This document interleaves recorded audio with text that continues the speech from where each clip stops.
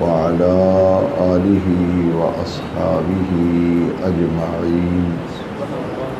أما بعد فأعوذ بالله من الشيطان الرجيم. بسم الله الرحمن الرحيم. تبارك الذي نزل الفرقان على عبده ليكون للعالمين نذيرا. صدق الله مولانا العظيم. إن الله وملائكته يصلون على النبي يا أيها الذين آمنوا صلوا عليه وسلموا تسليما.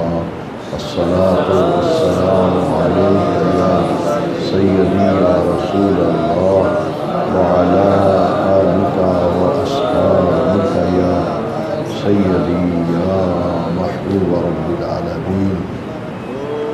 حمد و صلاۃ کے بعد قابل صد احترام حاضرین محفل جشن نزول قرآن، قبل اس کے کہ متذکرہ آیت کریمہ کی روشنی میں کچھ باتیں عرض کی جائیں، آئیے ہم سب مل کر دعا کرتے ہیں کہ اللہ تبارک و تعالی جامع مسجد مدینہ میں نماز تراویح میں قرآن مجید کی منزل کے اہتمام کو اپنی بارگاہ میں قبول فرمائے، اور مسجد کے جن انتظامیہ، نمازیوں اور معاونین نے اس مسجد میں تراویح میں قرآن مجید کی منزل سننے اور سنانے کا اہتمام کیا، اور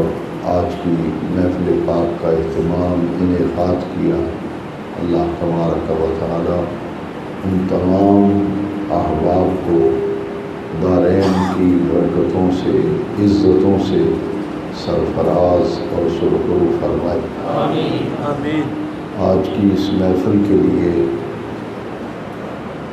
عزیز گرامی جناب محمد افضل مغل صاحب نے بڑی محبت سے آج کی محفل میں مجھے حاضر ہونے کے لیے دعوت دی، اور میں نے آج کی محفل میں حاضری کا وعدہ کیا.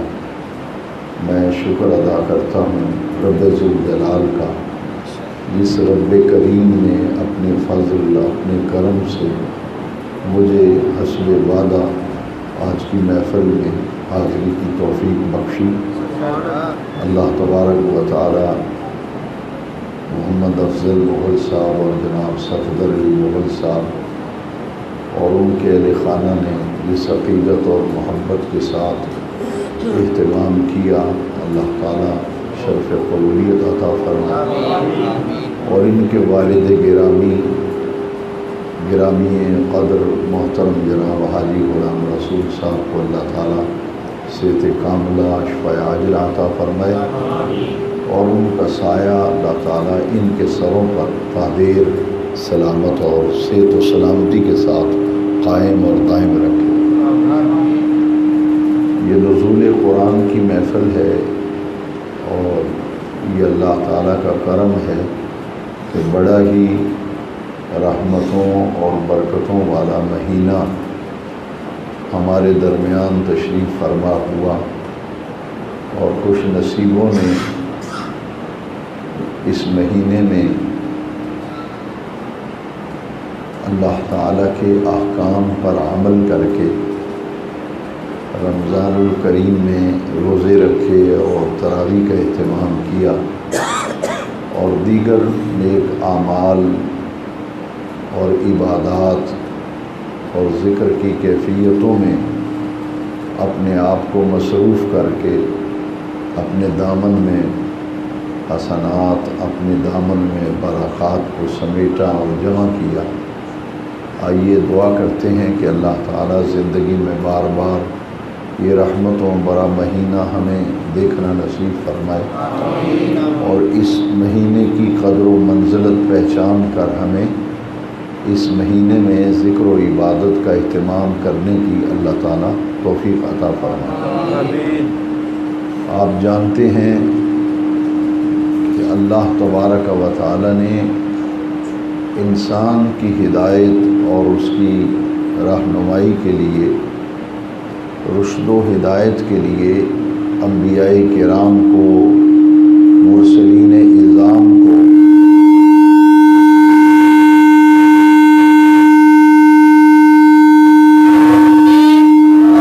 نعرہ رسالت، نعرہ تحقیق، اور اس سلسلہ نبوت کا آغاز اللہ تعالیٰ نے حضرت آدم علیہ نبینا علیہ السلام سے فرمایا، اور سب سے آخر میں خاتم الانبیاء، خاتم النبیین حضور نبی کریم رؤوف الرحیم علیہ افضل الصلاۃ والتسلیم کو مبعوث فرمایا، اور حضور کی ذات گرامی پر پھر سلسلہ نبوت بند کر دیا گیا۔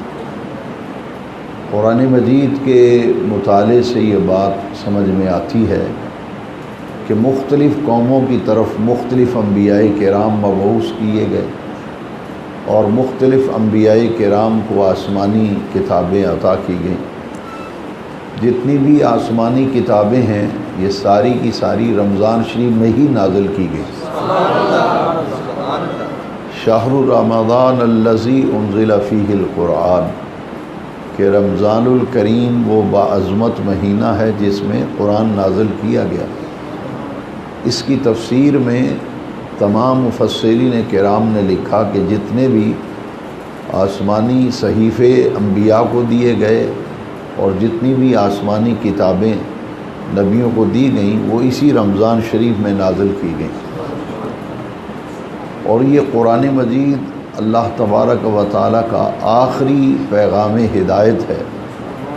اس کے بعد نبوت کا دروازہ بند ہو گیا، اور حضور نے فرمایا انا خاتم النبیین لا نبی بعدی، میں نبیوں میں سے آخری نبی ہوں اور میرے بعد قیامت تک کوئی نیا نبی نہیں۔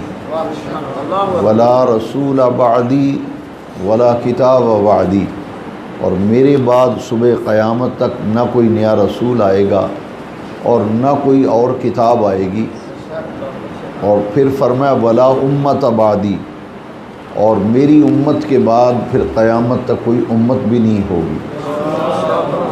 آخری صحیفہ ہدایت اور آخری کتاب ہدایت یہ قرآن مجید ہے، جو حضور نبی کریم علیہ الصلاۃ والسلام کے قلب انور پر قرآن نازل کیا گیا۔ جتنے انبیاء کرام کتابیں جن کو عطا کی گئیں، حضرت موسیٰ علیہ السلام کو تورات دی گئی، حضرت داؤد علیہ السلام کو زبور دی گئی، حضرت عیسیٰ علیہ السلام پر انجیل نازل کی گئی۔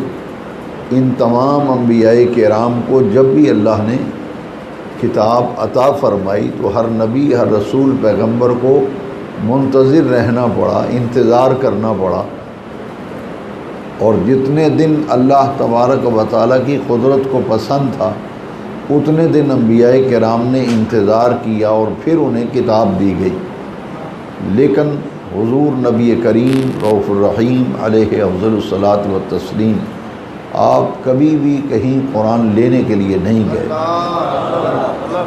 تمام انبیاء کو کتابیں دی گئیں اور وہ کتاب لینے کے لیے گئے، اور تمام نبیوں کو ایک ہی دفعہ پوری کی پوری کتاب عطا کر دی گئی، لیکن نبی کریم علیہ الصلاۃ والسلام کو سارے کا سارا قرآن کتابی صورت میں ایک دفعہ نہیں دیا گیا، بلکہ یہ قرآن مجید 23 سال کی مدت میں قرآن مجید کے نزول کی تکمیل ہوئی تھی، اور یہ قرآن مجید نجمن نجمن نازل ہوا، کبھی 4 آیتیں، کبھی 5 آیتیں، حسب ضرورت جس طرح آیات کے نزول کی ضرورت پڑتی گئی ویسے ویسے قرآن نازل ہوتا گیا۔ اور آپ بیانات میں یہ بات سنتے رہتے ہیں کہ پہلی وحی جو حضور کے قلب انور پر نازل ہوئی رمضان شریف میں وہ تھی اقرأ بسم ربک الذی خلق۔ یہ سورہ العلق کی پہلی 5 آیتیں ہیں جو پہلی وحی میں نازل ہوئی تھی۔ پہلی وحی اور قرآن مجید کے نزول کا جب آغاز ہوا تھا تو صرف 5 آیتیں نازل ہوئی تھیں. سورہ العلق کی پہلی 5 آیتیں یہ پہلی وحی کے طور پر حضور کے قلب انور پر نازل ہوئی. اسی طرح سورہ نجم جو ہے اس کی آیات پھر ایک موقع پر نازل ہوئی. تو پورے قرآن مجید کے مطالعے سے یہ بات پتہ چلتی ہے کہ ہر نبی کتاب لینے کے لیے گئے، نبی کریم علیہ السلام کہیں تشریف نہیں لے گئے، بلکہ جدھر جدھر نبی کریم علیہ السلام تشریف لے جاتے تھے قرآن ادھر ادھر نازل ہوتا تھا. ابھی آپ دیکھیں کہ قرآن مجید سارا اللہ کا کلام ہے، مگر اس کی کچھ صورتیں مکی ہیں، اس کی کچھ صورتیں مدنی ہیں. اب کسی صورت کو نکال کے تلاوت شروع کریں تو لکھا ہوگا سورۃ مکیۃ، یہ مکی صورت ہے. کسی صورت پہ لکھا ہوگا سورۃ مدنیۃ. سارا قرآن اللہ کا کلام ہے، مگر اس کی کچھ صورتیں مکی ہیں، کچھ مدنی ہیں. کیوں؟ فرمایا محبوب مکے میں تھے تو جو قرآن اس دوران نازل ہوا وہ مکی قرآن ہو گیا، اور مصطفیٰ مدینے میں تھے جو اس دوران قرآن نازل ہوا وہ مدنی قرآن ہو گیا. تو جدھر جدھر مصطفیٰ گئے قرآن ادھر ادھر گیا. اگر حضور سفر میں ہیں تو قرآن سفر میں آ رہا ہے، حضور حضر میں ہیں تو قرآن حضر میں آ رہا ہے، حضور خلوت میں ہیں تو قرآن خلوت میں آ رہا ہے، حضور جلوت میں ہیں تو قرآن جلوت میں آ رہا ہے، میدان جنگ میں ہیں تو قرآن وہاں آ رہا ہے، حالت امن میں ہیں تو قرآن وہاں آ رہا ہے جی، مسجد میں ہیں تو قرآن مسجد میں آ رہا ہے، اگر حضور گھر میں ہیں تو قرآن گھر میں آ رہا ہے جی. جدھر جدھر مصطفیٰ گئے، بدر میں گئے تو قرآن بدر میں آیا، حضور احد میں گئے تو قرآن احد میں آیا.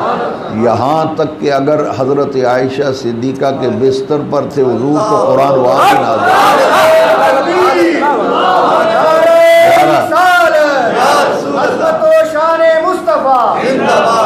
11 ازواج مطہرات میں یہ نقطہ نوٹ کیجئے، کیا مقام ہے حضرت عائشہ صدیقہ رضی اللہ عنہا. حضور کی 11 ازواج تھیں، لیکن وہی اگر نازل ہوتی تھی تو حضرت عائشہ صدیقہ کے بستر پر حضور ہیں تو قرآن وہاں نازل ہوتا ہے. تو قرآن یہ مصطفیٰ کریم کی عظمت سمجھانے کے لیے آیا ہے. اب قرآن ایک ہے، اس کی تاثیریں 2 ہیں. قرآن ایک ہے، اس کی تاثیریں 2 ہیں. یہ جو ہم کہتے ہیں نا جی سبھی قرآن پڑھتے ہیں، اور اگر کسی بد مذہب اور بد عقیدہ سے قرآن پڑھایا جائے تو کہا جائے بھئی آپ کسی خوش عقیدہ سے قرآن پڑھواؤ، تو کہتے ہیں جی قرآن ہی تو پڑھانا ہے جی. لیکن یاد رکھیے قرآن ایک ہے، اس کی تاثیریں 2 ہیں. قرآن کسی کے لیے رحمت ہے جی، اور کسی کے لیے دیکھیے خود قرآن کہہ رہا ہے وَنُنَزِّلُ مِنَ الْقُرْآنِ مَا هُوَ شِفَاءٌ وَرَحْمَةٌ لِّلْمُؤْمِنِينَ وَلَا يَزِيدُ الظَّالِمِينَ إِلَّا خَسَارًا. ایمان والوں کے لیے قرآن شفا ہے، ایمان والوں کے لیے قرآن رحمت ہے، اور ظالموں کے لیے قرآن میں خسارہ ہے. وہ قرآن پڑھیں گے تو ان کے کچھ ہاتھ نہیں آئے گا. اور حدیث شریف سنیے، میرے آقا کریم نے فرمایا رُبَّ قَارِئٍ لِلْقُرْآنِ والقرآن یلعنہ. ہم جو کہتے ہیں کہ سب قرآن پڑھتے ہیں، اللہ کریم نے فرمایا بہت اللہ کے محبوب حضور نبی کریم رؤوف الرحیم علیہ السلام نے فرمایا بہت سے قرآن پڑھنے والے ایسے ہیں جو قرآن پڑھتے جاتے ہیں قرآن ان پہ لعنت کرتا ہے. آپ کی نظر میں وہ قرآن پڑھ رہا ہے، آپ کہتے ہیں قرآن پڑھ رہا ہے، بڑا قرآن پڑھتا ہے، مگر حضور فرماتے ہیں رب قارئ للقرآن والقرآن یلعنہ. بہت سے قرآن پڑھنے والے ایسے ہیں وہ قرآن پڑھتے جاتے ہیں قرآن ان پہ لعنت بھیجتا ہے. حضور غزالی زمان رحمۃ اللہ علیہ فرماتے ہیں کہ قرآن نبی کریم علیہ السلام کی عظمت بیان کرنے کے لیے آیا ہے. قرآن نبی کریم علیہ السلام کی عظمت بیان کرنے کے لیے آیا ہے. جو قرآن پڑھ کر نبی کی عظمت بیان کرتا ہے قرآن اس کے لیے شفا ہے، قرآن اس کے لیے رحمت ہے. اور جو قرآن پڑھ کر نبی کریم کی بے ادبی کرے، حضور کی توہین کرے، حضور کی تنقیص کرے، حضور میں نقص بیان کرے اور تلاش کرے، جب وہ قرآن پڑھتا ہے تو قرآن اس پہ لعنت بھیجتا ہے. قرآن ایک ہے، اس کی دو تاثیریں ہیں۔ تو قرآن کی رحمت و شفا کون پاتا ہے؟ للمؤمنین، ایمان والا شفا پاتا ہے۔ اور ایمان کیا ہے؟ ایمان کیا ہے؟ سیدی اعلیٰ حضرت فرماتے ہیں اللہ کی سرتبہ قدم شان ہے یہ، حضور اللہ کی شان ہے، اللہ کی سرتبہ قدم شان ہے یہ۔ قرآن تو ایمان بتاتا ہے انہیں، ایمان یہ کہتا ہے کہ میری جان ہے یہ۔ قرآن تو ایمان بتاتا ہے انہیں، اور ایمان یہ کہتا ہے کہ میری جان ہے یہ۔ قرآن نے بتایا کہ حضور ایمان ہے، اصل ایمان حضور ہیں، ہے جی۔ تو قرآن ایمان بتاتا ہے انہیں، اور ایمان یہ کہتا ہے کہ میری اللہ کی سرتبہ قدم شان ہے یہ۔ انسا نہیں انسان، ایسے انسان ہے یہ۔ قرآن تو ایمان بتاتا ہے انہیں، اور ایمان یہ کہتا ہے کہ میری جان ہے یہ۔ ایمان کی جان حضور کی ذات ہے، ایمان کی جان حضور کی ذات ہے۔ بس اتنا سا روڑا ہے، اگر یہ بات سمجھ میں آ جائے بس اتنی سی بات ہے۔ پھر یہ بات نہیں کہتے جی سبھی قرآن پڑھتے ہیں، جی قرآن ہی پڑھانا ہے، کوئی نہیں بچہ قرآن ہی پڑھتا ہے، کوئی عقیدہ دے اندر بڑے چل رہا ہے۔ وہ جب پڑھ کے آتا ہے تو باپ فوت ہوتا ہے تو کہتا ہے خبردار پیو میرا مرے ہے، کوئی دعا نہ منگے، خبردار پیو میرا مرے ہے، ختم کوئی نہیں دلانا، دعا نہیں منگنی۔ آپ کہتے ہیں جی صرف قرآن پڑھانا ہے۔ قرآن اس سے پڑھایا جائے جو رسول اللہ کا دیوانہ ہے۔ جہاں قرآن پڑھے تو باپ فوت ہو تو 100 بندہ بھی دعا مانگنے آئے تو گھبرائے نہ، وہ کہے کہ ہاں ہاتھ اٹھاؤ میرے باپ کے بخشش کی دعا کرو۔ یہ تو قرآن نے ہمیں سکھایا ہے، ماں باپ کی بخشش کی دعا یہ تو قرآن نے سکھائی ہے۔ ربنا اغفر لی ولوالدی۔ آپ کہتے ہیں جی قرآن پڑھتا ہے، کیسا قرآن پڑھاتا ہے، باپ کے لیے بھی دعا نہیں مانگنے دیتا۔ اور قرآن کیا کہتا ہے؟ ربنا اغفر لی ولوالدی۔ یہ کس کی دعا ہے؟ پیغمبر خدا حضرت ابراہیم علیہ السلام کی دعا ہے، ربنا اغفر لی ولوالدی وللمؤمنین یوم یقوم الحساب۔ یا اللہ مجھے بھی بخش، میرے ماں باپ کو بھی بخش، اور حضور کی امت کے سارے ایمان والوں کی مغفرت فرما۔ اب یہ ربنا اغفر لی ولوالدی یہ جو دعا ہے یہ بتاتی ہے کہ ماں باپ کی بخشش کی دعا کرنا یہ قرآنی دعا ہے۔ اور قرآن نے کہا ہے کہ ماں باپ کے لیے ہاتھ اٹھا کے دعا مانگا کرو۔ کیا دعا مانگیں؟ قرآن نے دعا بھی سکھلائی، رب ارحمہما کما ربیانی صغیرا، اللہم ارحمہما کما ربیانی صغیرا۔ یا اللہ میرے ماں پر، میرے باپ پر ایسے رحمت نازل فرما جیسے انہوں نے مجھے بچپن میں پالا اور میری پرورش کی۔ تو بخشش کی دعا تو پتہ یہ چلا کہ قرآن جو ہے مصطفیٰ کریم کی عزت و عظمت بیان کرنے آیا۔ دیکھیے نا قرآن مجید میں غور کرے تو پھر ان باتوں کا پتہ چلتا ہے۔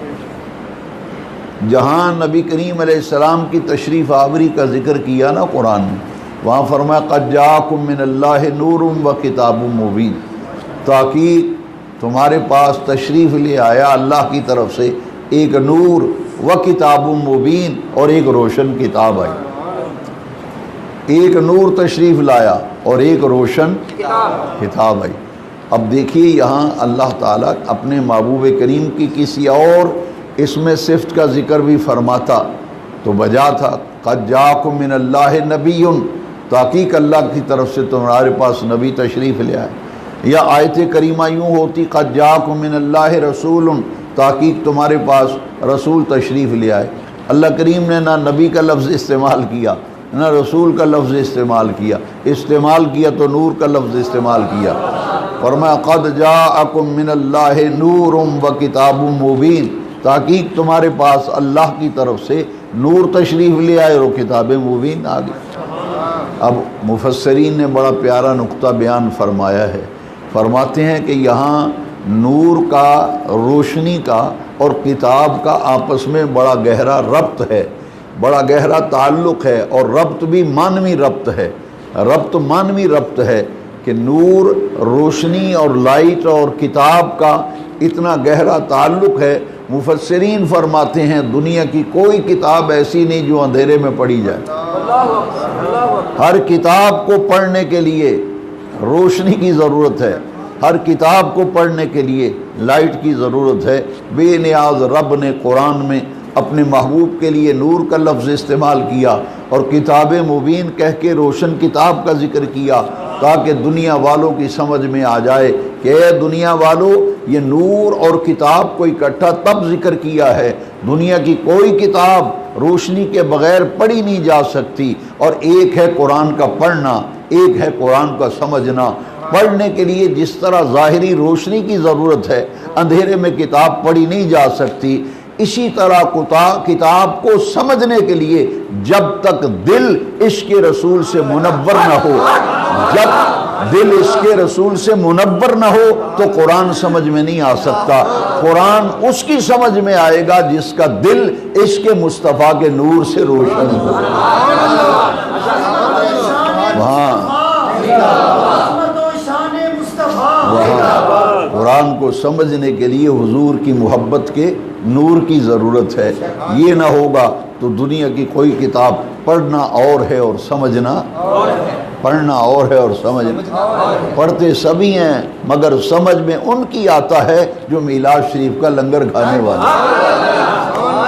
یہ سمجھ صرف انہی میں آتا ہے۔ آپ دیکھ لیں، کبھی حضور کی شان والی آیت نہیں پڑھیں گے، آزما لیں، کبھی کوئی تقریریں سن لیں، کوئی جلسے سن لیں، کوئی جمعے کی تقریر، کبھی بھی ایسی آیت نہیں پڑھیں گے جس میں حضور کی شان ہوگی۔ کیوں؟ اس لیے اگر وہ آیتیں پڑھیں تو مسلک کا پول کھل جاتا ہے۔ دیکھیے آپ نے آیت کریمہ کتنی پیاری لکھی ہوئی ہے، کبھی آپ نے دیکھا کوئی مولوی اس موضوع پہ تقریر کرتا ہے؟ کیوں نہیں؟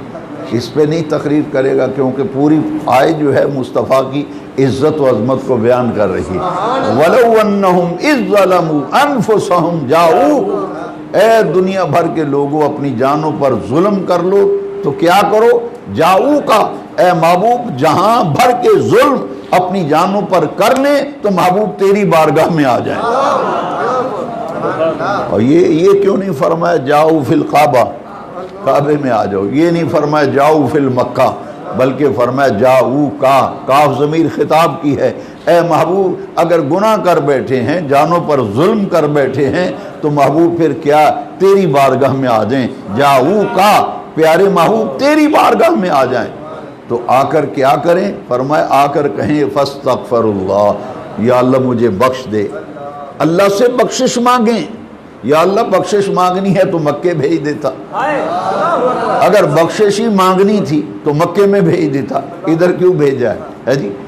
فاستغفر اللہ، یا اللہ کعبے میں بھیج، یہ فرما دیتا جاؤ فی القعبہ، یہ فرماتا جاؤ فی البکہ، جاؤ مکے، جاؤ کعبے، وہاں بخشش مانگو۔ یہاں بخشش کا ایک ذریعہ بیان کیا جا رہا ہے، ہر چند مکے میں بھی بخشش کی دعائیں قبول ہوتی ہیں، وہاں بھی اس شاقان رسول اپنی بخشش کی دعائیں مانگتے ہیں، مگر سنیے حضرات، وہاں بھی دعائیں کی جاتی ہیں مگر بخشش کا ایک ذریعہ جو رب قرآن میں بیان کر رہا ہے، فرمایا بخشش کے جیسے دوسرے مقامات ہیں، دعاؤں کی قبولیت کے مقام ہیں، یہاں اس مقام کا ذکر کیا جسے در مصطفیٰ کہتے ہیں۔ فرمایا جاؤ کا، اے محبوب تیری بارگاہ میں آ جائیں اور یہاں آ کر کہیں یا اللہ بخش دے، یا اللہ بخش دے، یا اللہ تیرے حکم کے مطابق تیرے محبوب کے دربار پہ گئے، ان کی بارگاہ میں گئے، یہاں جا کے بخشش کی رو رو کے دعا مانگی، یا اللہ بخش دے گا، اب تو بخش دے گا؟ فرمایا نہیں۔ آیت کریمہ سامنے لکھیے، وَاسْتَغْفَرَ لَهُ الرَّسُولُ، رب نے شرط لگا دی، رب نے شرط لگا دی، شرط یہ میری بارگاہ میں بخشش مانگو، یا اللہ بخش دے گا؟ فرمایا نہیں، میرے نظریں ادھر ہیں جدھر میں نے بھیجا ہے۔ اگر میرے محبوب نے تیرے لیے طلب شفاعت کر دی، طلب استغفار محبوب نے تیری خاطر کر دیا، تیری سفارش کر دی، تیری شفاعت کر دی، تیرے لیے بخشش چاہی، تو پھر لوجد اللہ تواب الرحیم، میں تیری توبہ بھی قبول کروں گا، تجھے اپنی رحمتیں بھی عطا کروں گا۔ وہاں بھیجا ہے تو شرط لگا دی ہے، وَاسْتَغْفَرَ لَهُمُ الرَّسُولُ۔ مر جائے گا ملا مگر کبھی اس آیت پہ نہ درس دے گا نہ بیان کرے گا، کیونکہ اس آیت کے اندر جو بیان کیا گیا وَاسْتَغْفَرَ لَهُمُ الرَّسُولُ، یہ ہے فرق۔ لوگ کہتے ہیں نہیں سب بھی کلمہ پڑھتے ہیں، کلمہ واقعی سبھی پڑھتے، وہ تو منافق بھی پڑھتے تھے، کلمہ تو منافق بھی پڑھتے تھے، فرق ہے کلمہ پڑھنے پڑھانے میں فرق ہے۔ احمد رضا نے کیا بات کی، آپ فرماتے ہیں کہ مجرم بلائے آئے ہیں، مجرم یہ آپ ہی نہیں آئے، رب نے آگے پہ جاؤ محبوب دے بوتے، مجرم بلائے آئے ہیں، جاؤ کا ہے گواہ، پھر رب ہوں، کب یہ شان کریموں کے در کی ہے۔ کبھی ایسا ہوا ہے کہ سخی اپنے دروازے پہ بلا کے خالی بھیج دے؟ کبھی ایسا نہیں ہوا کہ سخی کہے آپ میرے بوئے تھے آئیں تینوں میں خیرات دیاں گا تو پھر آ کے جا پج جا؟ کبھی ہوا ہے؟ اعلیٰ حضرت کہتے ہیں مجرم بلائے آئے ہیں، جاؤ کا ہے گواہ، پھر رد ہوں، کب یہ شان کریموں کے در کی ہے۔ جو محبوب کے دروازے پہ جا کے مانگتا ہے، کعبے کے رب کی قسم ہے وہ تو کبھی خالی لوٹا ہی نہیں۔ اسی لیے احمد رضا نے کہا بخدا خدا کا یہی ہے در، نہیں اور کوئی مفر مقر، جو وہاں سے ہو یہی آ کے ہو، جو یہاں نہیں تو وہاں نہیں۔ یہی تو قرآن حضور کی عظمت بیان کرنے آیا ہے، اور جو قرآن پڑھ کر محبوب کی عظمت بیان کرتا ہے، قرآن اس کے لیے رحمت ہے، قرآن اس کے لیے شفا ہے، اور جو قرآن پڑھ کر مصطفیٰ کی بے ادبی کرے، قرآن اس بدبخت پر لعنتیں برساتا ہے۔ اس لیے دنیا میں چہرے دیکھ لو، دنیا میں پہچان ہے، جو رسول اللہ کا دیوانہ ہوگا اس کا چہرہ دیکھ لو، جو مصطفیٰ کی توہین کرنے والا اس کا چہرہ دیکھ لو۔ سیماہم فی وجوہہم من اثر سے، یہ حضور کی محبت کا نور جو ہے نا، یہ گناہگار سے گناہگار بھی بندہ ہو مگر حضور سے محبت کرنے والا ہو، اس کے چہرے پر حضور کی محبت کا نور ہوگا۔ تو قرآن یہ نازل ہوا ہے حضور کے قلب میں۔ تبارک الذی نزل الفرقان علی عبدہ لیکون للعالمین نذیرا۔ اب اس آیت پہ تھوڑا سا عرض کر کے پھر ختم کرتا ہوں۔ تبارک الذی، بڑی ہی برکت والی ہے وہ ذات، نزل الفرقان، قرآن کا ایک نام فرقان ہے۔ اللہ کریم نے فرمایا یہ قرآن، یہ فرقان ہے، یعنی حق اور باطل کے درمیان فرق کرنے والی، یہ فرقان ہے، یہ ہم نے نازل کیا ہے۔ تبارک الذی نزل الفرقان علی عبدہ، یہ فرقان ہم نے قرآن نازل کیا ہے اپنے عبد خاص پر۔ علی عبدہ کیوں نازل کیا ہے؟ فرمایا لیکون للعالمین نذیرا، تاکہ میرے محبوب کی جو صفت نذیر ہے نا، حضور کی ایک صفت بشیر، ایک ہے نذیر۔ انا ارسلناک شاہدا ومبشرا ونذیرا، مبشر بھی حضور کی صفت ہے، نذیر بھی حضور کی صفت ہے۔ اللہ کے انعامات جو اللہ کے بندوں کو ملیں گے اس کی خوشخبریاں سناتے ہیں، اور جو بدعمالیوں کے سبب، نافرمانیوں کے سبب جو عذاب ہوگا اس سے بر وقت آگاہ فرماتے ہیں کہ خبردار ان بدعمالیوں سے بچنا ورنہ یہ عذاب ہوگا۔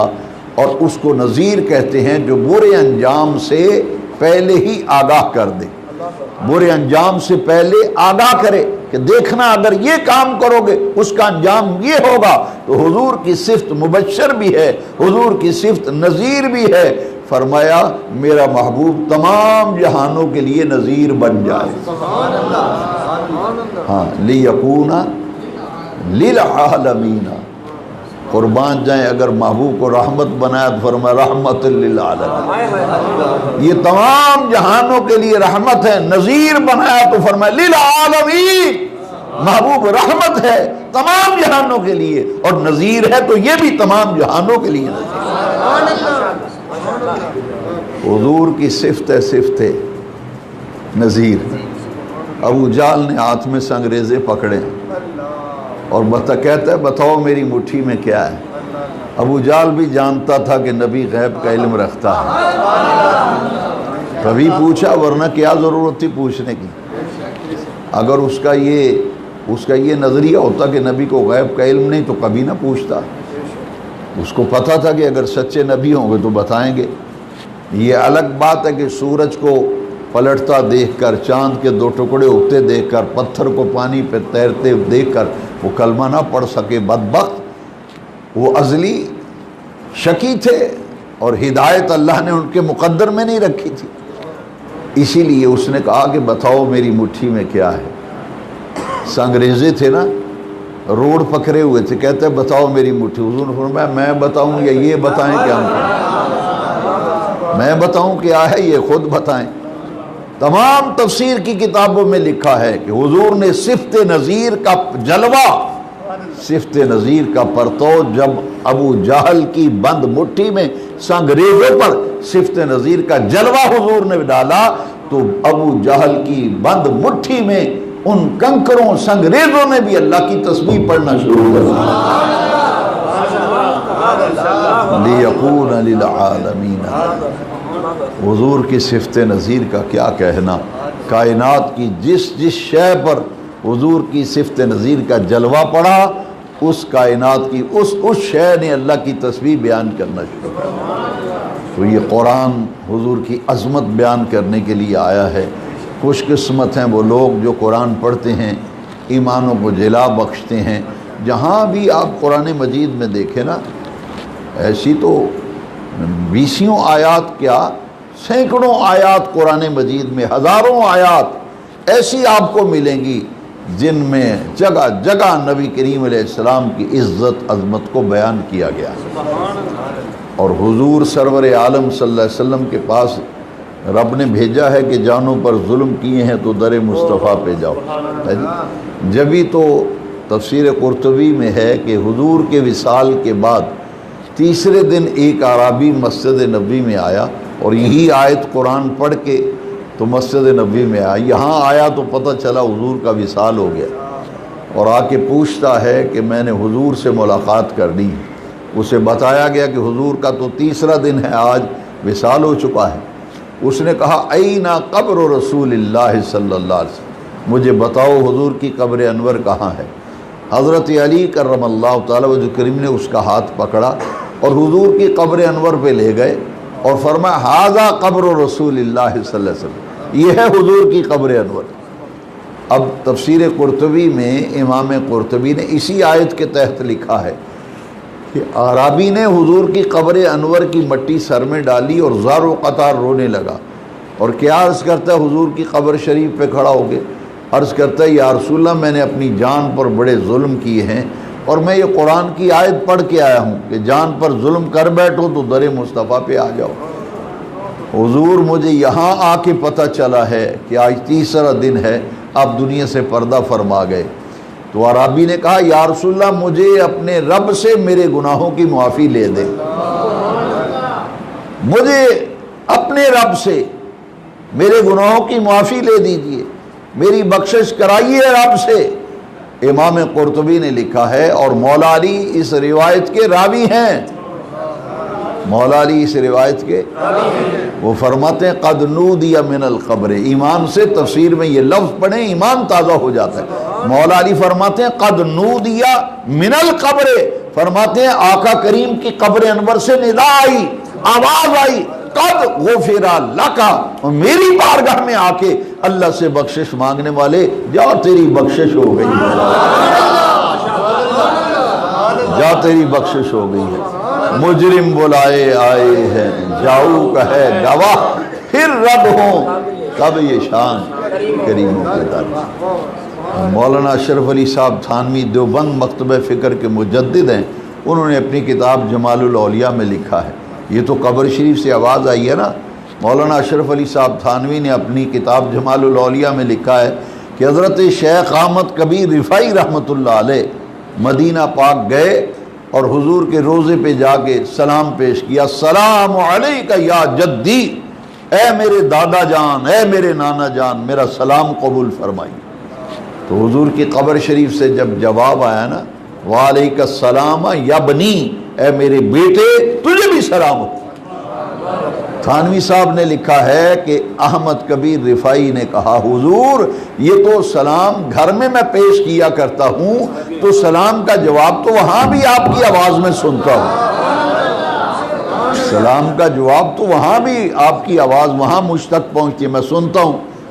آقا آج دل یہ چاہتا ہے کہ دست پاک قبر انور سے باہر آئے اور احمد کبیر آپ کے دست پاک کا بوسہ لے۔ یہ جمال الاولیاء کتاب مولانا اشرف علی صاحب تھانوی، اس میں لکھا ہے کہ آقا کریم کی قبر انور شق ہوئی اور حضور کا دست اقدس قبر انور سے باہر آیا، جس سے ساری مسجد نبوی روشن ہو گئی، بقعۂ نور بن گئی، اور خوشبوؤں سے فضائیں مہک اٹھیں، معطر ہو گئی فضائیں، معمر ہو گئی فضائیں، اور مسجد نبوی جگمگ کرنے لگی۔ اور اسی روشنی میں اور اسی خوشبوؤں کی مہک میں احمد کبیر رفاعی نے نبی کریم علیہ السلام کے دست اقدس کا بوسہ لیا، حضور کے ہاتھ کا بوسہ لیا۔ تھانوی صاحب لکھتے ہیں کہ حضور کا دست اقدس پھر قبر میں چلا گیا اور قبر پھر مل گئی۔ اسی لیے احمد رضا نے کہا تو زندہ ہے واللہ، تو زندہ ہے واللہ، میرے چشم عالم سے چھپ جانے والے چمک تجھ سے پاتے ہیں سب پانے، میرا دل بھی چمکا دے چمکا دے۔ میرے آقا کریم، یہ قرآن حضور کی عظمتیں بیان کرنے آیا ہے۔ آپ خوش قسمت ہیں کہ اللہ تعالیٰ نے آپ کو حضور سے محبت، حضور سے پیار، حضور کا عشق دیکھنا دنیا کی ادھر کی ادھر ہو جائے۔ میری نصیحت یاد رکھنا، دنیا ادھر کی ادھر ہو جائے مگر حضور کے بارے میں عقیدہ خراب نہ کر بیٹھے۔ جس کا عقیدہ حضور کے بارے میں خراب ہو گیا اس کی قبر تو دوزخ کا بالن بن جائے گی، ایندھن بن جائے گی۔ کیوں؟ میرے آقا کریم اللہ تعالیٰ کے وہ محبوب ہیں، فرمایا لولاک لما خلقت الدنیا، اے محبوب اگر تجھے بنانا مقصود نہ ہوتا تو میں دنیا نہ بناتا۔ ظفر علی خان نے بھی کہا تھا گر ارض و سما کی محفل میں لولاک لما کا شور نہ ہو، یہ رنگ نہ ہو گلزاروں میں، یہ نور نہ ہو سید۔ اقبال نے بھی کہا خیمہ افلاک کا استادہ اسی نام سے ہے، نبض ہستی تپش آمادہ اسی نام سے ہے۔ تو یہ ساری بہاریں حضور کے دم قدم سے ہیں، اور ہمارا کلمہ یہ بتاتا ہے لا الہ الا اللہ محمد رسول، اللہ کے سوا کوئی عبادت کے لائق نہیں، اور حضرت محمد صلی اللہ علیہ وسلم اللہ کے رسول ہیں، اللہ کے رسول ہیں۔ تو مان لو اب بھی ہیں، جب ہیں تو مان لو ہیں، کیونکہ ترجمہ تو یہی ہے محمد رسول، اللہ کے رسول۔ اسی لیے مدینہ پاک جو بھی حج کرنے جاتا ہے، کسی مسلک، کسی عقیدے، کسی فرقے کا ہو، الحمدللہ میں ذمہ داری سے بات کرتا ہوں، جب تک میری زندگی ہے میں اپنے تمام گفتگو کا ذمہ دار ہوں، میں ذمہ داری سے کہتا ہوں جس مسلک، جس عقیدے کا ہو، جب حج کر کے مدینہ پاک جاتا ہے حضور کے روضے پہ ایک ہی درود پڑھا جاتا ہے، دوسرا تو درود پڑھا ہی نہیں جاتا۔ یہ عام بے شک ہے، یہ لیل پوری درود ہے، یہ 2 گزہ درود ہے، یہ بنوٹی درود ہے، یہ جعلی درود ہے، یہاں کہتا رہے، یہاں کہتا رہے، مگر وہاں حضور کے روضے پہ میں نے بڑے بڑے سورما دیکھے ہاتھ باندھ کے کھڑے ہیں۔ میں نے کہا آپ کہتے کہ ہاتھ باندھنا، یہ تو اللہ کے سامنے ہاتھ باندھنے چاہیے، مگر حضور کے روضے پہ کھڑے ہیں اور کیا پڑھتے ہیں؟ سبھی ایک ہی درود پڑھتے ہیں، الصلاۃ والسلام علیک یا رسول وعلی آلک واصحابک یا حبیب اللہ۔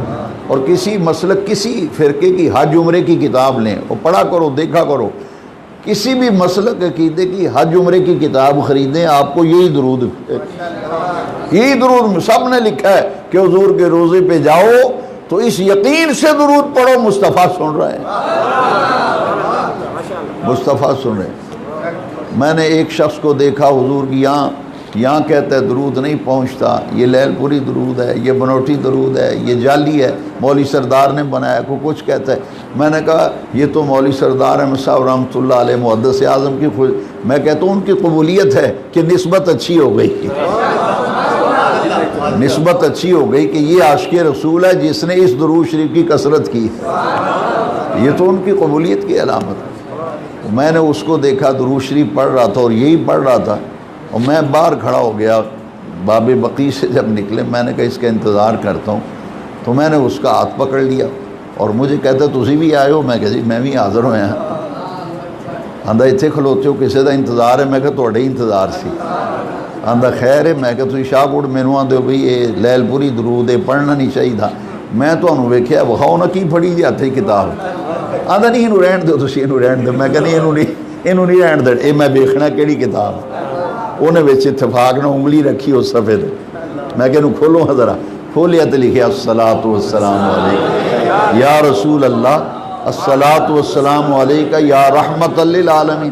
الصلاۃ والسلام علیک یا شفیع المذنبین، الصلاۃ والسلام علیک یا جمال ملک اللہ، الصلاۃ والسلام علیک یا زینت عرش اللہ۔ اس سارے اتنے ہی درود شریف۔ اگلے لفظ اتنے انگوٹھا رکھے، میں کہا ذرا انگوٹھا ہٹا، وہ لفظ بڑے پیارے سن، اسألک الشفاعہ یا رسول اللہ، حضور میں تہاڈی بارگاہ بھی تہاڈی شفاعت دا سوالی بن کے آیا، اسألک الشفاعۃ یا رسول اللہ۔ میں نے کہنے لگا چھڈو اتھے جائز ہے، میں کہا جی اتھے جائز ہے تو اتھے نہیں جی، اتھے منا مٹی تھلے تے انیاں دیواراں دے پیچھے سرکار سن دے نے تو سرکار اتھوں بھی سن دے نے۔ میں کہا چلو یہ تے بنیا جے بے اتھے سن دے نے، ہے جی یہ ساڈی مقدر نے، اسیاں نے اتھوں بھی سن دے نے۔ اور ساڈا کیوں یقین ہے؟ ابن ماجہ دی حدیث شریف سے حضور نے فرمایا جمعے دے دن کثرت نال درود شریف پڑھیا کرو، کیوں؟ فرمایا بلغنی صوتہ حیث کانا، پوری روئے زمین تے پوری دنیا تے پوری کائنات وچ جتھے بھی کوئی درود شریف پڑھدا ہے، نبی پاک نے فرمایا اودی آواز میرے تک پہنچنی۔ اور انہاں ساریاں دے دو بندیاں دے غیر مقلداں دے وڈے امام جہدا نام ابن قیم ہے، انہیں اپنی کتاب جلال الافہام وچ یہی حدیث لکھی ہے، حدیث نہ ہوئے جو چور دی سزا میری میں سر کٹا دیں، ابن قیم نے بھی یہی حدیث لکھی ہے اپنی کتاب جلال الافہام وچ، تو انہیں لکھیا ہے بے پوری دنیا میں جتھے کوئی درود پڑھے، حضور نے فرمایا بلغنی صوتہ حیث کانا، جتھے بھی کوئی درود شریف پڑھے وہ آواز میرے تک پڑھ دی۔ اور ایسے کتاب ساڑھے سیاستہ بھی حدیث ہے ہی ہے نا، اجراء الافہام وچ ابن قیم نے لکھی ہے کہ حضرت ابو دردہ اس حدیث دے راوی نے، انہاں حضور نے پھر پوچھا یا رسول اللہ اساں سنیا ہے قبر وچ ہڈیاں بسیدہ ہو جاندیاں نے تے میت بسیدہ ہو جاندی، تو حضور جدو تسی قبر وچ تشریف فرما ہو گے ادو بھی درود دی آواز سنو گے؟ حضور نے فرمایا بعد وفاتی، ہاں میں اپنے وصال دے بعد بھی اپنی قبر وچ جتھے بھی کوئی درود پڑے گا دی آواز سنا گا۔ تو حضور نے دلیل بھی دلیل سنو نا، سرکار نے دلیل دیتی، فرما ان اللہ تعالی حرم علی الارض ان تاکل اجساد الانبیاء، اللہ نے زمین تے نبیان دے جسم دے کھانوں حرام کر دیتا ہے۔ فنبی اللہ حی و یرزق، نبی اپنی قبراں بھی زندہ ہوندے نے، رزق بھی دیتا جاندہ ہے، نمازاں بھی پڑھ دے نے۔ الانبیاء، یہ دوسری جگہ حدیث شریف ہے، الانبیاء احیاء فی قبورہم یصلون ویرزقون، انبیاء اپنی قبراں بھی زندہ ہوندے نے، انہوں رزق بھی دیتا جاندہ ہے، قبراں بھی نمازاں بھی پڑھ دے۔ ایسے سیاستہ وچ مسلم شریف وچ حدیث پا کے حضور فرماندے نے معراج دی راتی جو حضرت موسیٰ علیہ السلام دی قبر کو میں لنگیا تو حضور فرماندے نے میں دیکھیا موسیٰ کلیم اللہ اپنی قبر وچ کھلو کے نماز پڑھ رہے۔ حیات انبیاء یہ عقیدہ ہے جڑا اسلام دا مسلمہ عقیدہ ہے۔ اللہ تبارک و تعالی جل شانو اج دی تراویح دے اندر ختم قرآن دی اس تقریب نو قبول فرمائے، سارے سنگی ساتھی دوست احباب نمازی اہل محلہ اہل عقیدت و محبت تشریف لے آئے، اللہ تعالیٰ سب نو جزا عطا فرمائے۔ تے جنہ دوستاں نے نمازیاں نے اس مسجد دی خدمت کیتی، روزیاں بھی تعاون کیتا ہے، موقع بہ موقع رب دے گھر دی خدمت کر دیو، مالی تعاون کر دیو رب دے دیتے ہوئے رزق وچوں، میں سارے واسطے دعا کرنا اللہ میرے نبی پاک علیہ السلام دے صدقے اس مسجد نہ تعاون کرنے والے حضور دے ہر عاشق دی اللہ دنیا بھی چنگی فرمائے کہ آخرت بھی اچھی فرمائے۔ حضرت اپنا نبی کریم صلی اللہ تعالیٰ علیہ وبارک وسلم ختم قرآن دے بارے وچ نا شاہ ولی اللہ صاحب دی ایک روایت میں یاد آ گئی۔ آپ دلی دے اندر ایک مسجد سی جدا نام سی مسجد مسافراں، وہ مسافراں واسطے انہاں بنائی سی، مسجد تے بے آباد سی۔ شاہ ولی اللہ صاحب نے ایک سال آکھیا بھی ساریاں مسجدیں بڑی رونق ہوندی، قرآن پڑھایا جاتا ہے، یہ مسجد مسافراں اتنے تراویح قرآن کوئی نہیں پڑھایا جاتا۔ آپ نے فرمایا اس سال میں اتنے انتظام کراں گا۔ آپ نے حافظ دا بھی انتظام کیتا تو خود بھی تشریف لے گئے تے اپنے خادم مریداں نو شاگرداں نو آکھیا بھی تراویح اس واری اتنے پڑھنی ہیں۔ اتنے جس ویلے تراویحاں وچ قرآن پاک ختم ہویا نا، نمازی باہر نکلے تے کوڑے اتنے ایک بندہ سوار ہے، وہ آندا نبی کریم علیہ السلام نو ملنا ہے، حضور کتنے نے؟ وہ لوگ پریشان ہو گئے، انہوں نے کہا نبی کریم صلی اللہ علیہ وسلم، انہوں نے کہا جی میں حضور نے مینوں کسے کم بھیجیا سی، تو حضور نے فرمایا جائے کم کر کے آ، تو فرمایا اج دلی بھی شاہ ولی اللہ نے مسجد مسافراں وچ تراویحاں وچ قرآن سنوان دا انتظام کیتا ہے، اج اتنے ختم قرآن ہے تو میں اتنے شرکت واسطے جا رہا ہوں۔ وہ نمازی جس ویلے اندر گئے کہ شاہ ولی اللہ صاحب نو دسیے، وہ باہر نکلے تو گھوڑ سوار غائب ہو گیا۔ انہاں کہ حضور ہے واقعہ پیش ہے، فرمایا وہ نبی پاک دے صحابی ابو ہریرہ سن، وہ حضور دے صحابی حضرت ابو ہریرہ سن، جنہاں نو سرکار نے فرمایا بھی اے تیری ڈیوٹی ہے، جا ڈیوٹی انجام دے، تے جدوں آئیں گا تے مسجد مسافراں دلی وچ آ جائیں، اسے اج ختم قرآن ہے، بے آباد مسجد نو آباد کیتا ہے شاہ ولی اللہ نے، تے میں اس مسجد چلا۔ اے جڑے خوش قسمت ہوڑی مسجد نو آباد مسیتے بیٹھے ہو نا، اس دور وچ غنیمت ہے۔ اب میں سمجھنا کہ اس دور وچ اے تھوڑا مسیتے بنا، اتنے تو مسیتے تے بہنا ہی بڑا اوکھا ہو جاتا ہے۔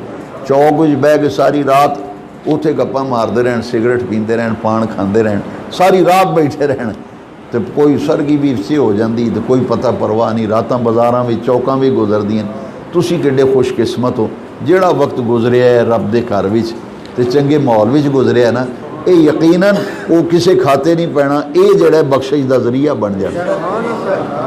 ہن ٹائم نہیں، حدیثاں میرے سامنے بہت آ گئی ہیں، لیکن میں ختم کرنا، فرشتے حضور نے فرمایا فرشتے نے جڑے زمین میں سیاح نے سیراں کردے نے زمین میں، وہ سیر کدی کردے نے؟ وہ گھر لبدے نے، وہ جگہ لبدے نے جتھے کو بندے بہ کے رب دا ذکر کردے ہو۔ بڑی پیاری حدیث ہے، جتھے کو چار بندے بہ کے رب دا ذکر کردے ہو، کو المجلس الصالح، چنگی مجلس پخی ہوئے نا، جتھے چنگی مجلس پخی ہوئے، وہ فرشتے پھر وہ شور پاندے نے تے آوازاں دیندے نے ایک دوسرے نوں، فرشتے آندے نا آؤ سانوں اپنا مطلوب لب گیا، جیڑی شے لبن نکلے سا نا لب گئی۔ انہاں کہا وہ آؤ مدینہ مسجد وچ، اج فلانی مسجد وچ فلانے گھر وچ اتھے رب دا ذکر ایک بندہ کردا پیا، گھر وچ بہ کے، ایتھے مسجد وچ ذکر ہو رہا ہے، کسی جگہ ذکر ہو رہا ہے، فرشتے آ کے کول بہ جاندے نے، حدیث شریف فرشتے بہ جاندے نے، او دے واسطے آ کے رب کول دعاواں کردے نے، یا اللہ ایدی بخشش فرما، ایدی تے رحمت فرما۔ اور یہ یاد رکھو ایسا بندہ جیڑا رب دے ذکر وچ رہندا ہے، او دا دنیا وچ گھٹ ہی پتہ لگدا ہے، جدوں اکھاں بند ہون پھر پتہ لگدا ہے۔ یہ ویکھو جننے اولیاء کرام دے تسی ویکھو نا، انہاں دے جنازے اٹھدے نے، اس ویلے پتہ لگدا ہے۔ یہ وہ سکا رشتہ دار کو فوت ہو جائے تو پتر نو آکھیدا یار تو آیا جا، میں آپ ہی کلاں تے ہو آواں گا، کلاں والے دیہڑے دوجے پتر نو آندا یار تو جا حاضری لوایا، میں 40 اتنے ٹر جاں گا۔ مگر میں ویکھیا اللہ والے نہ برادری نہ رشتہ داری، جس ویلے فوت ہوندے نا تو دنیا روندی آندی، تے لکھاں لوگ آندے جنازیاں وچ، کیوں آندے؟ اس واسطے وہ ساری زندگی رب دے ذکر وچ گزری ہوندی نا، تے اللہ کریم فرماندا او بندیاں ساری زندگی مینوں یاد کیتا ہی نا، ہن میں تیریاں زمانے وچ تھما پا دیاں گا۔ یہ میں اپنے کولوں نہیں، قرآن دا ترجمہ ہے، جدے گھر کنز الایمان ہے ہونے شک نہ رات مت نیندر نہ ہونے، جا کے کھول کے ویکھو کنز الایمان شریف ہونے، کھولو جا کے مسیتے پہ دے ہون، کڈو کنز الایمان۔